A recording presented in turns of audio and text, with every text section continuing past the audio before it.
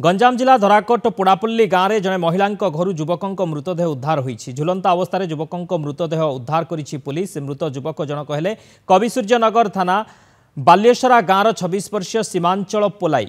युवकों परिवार लोके हत्या अभियोग आनी खबर पाई धराकोट और कविसूर्यनगर पुलिस पहुंची मृतदेह उद्धार कर अधिक तदंत करुछि। गतकाली सीमांचल बाकी टंका मागिबाकू जाउछि कही घर आसीथिले, तेबे हठात रातिरे जड़े महिला तांको घर को फोन करी सीमांचल आत्महत्या करथिबा जणाइथिले। तेबे मृत्युर कारण अस्पष्ट थिबा बेले काहींकी महिला घर को सीमांचल जाइथिले ताकू नै तदंत करुछि police. Narendra Sahu Aska reporter phone line रही। नरेंद्र, कौन सूचना रहुछि सीमांचल काहींकी महिला घर को जाइथिले एवं जो आत्महत्यार कथा महिला जनक फोन करी कहिथिले जे काहींकी से महिला घर जाई आत्महत्या कले, ये घटना उपर किछि पर्दा हटिलानी कि प्रकृत रे कौन ये घटना जना पड़ुछि कि?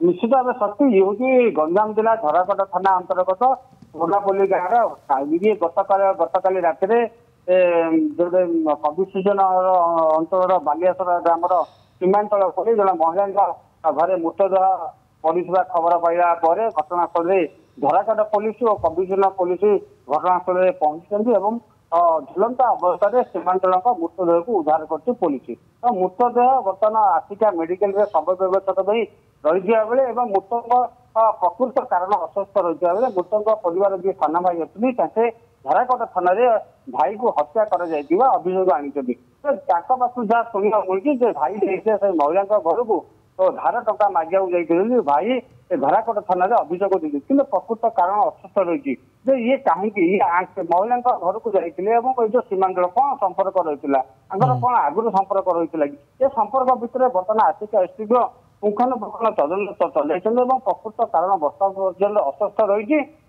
किसी समय पर बर्तमान शव व्यवस्था पर प्रकृत कारण जना पड़ सकते। ओके, बहुत बहुत धन्यवाद नरेंद्र समस्त सूचना पाई।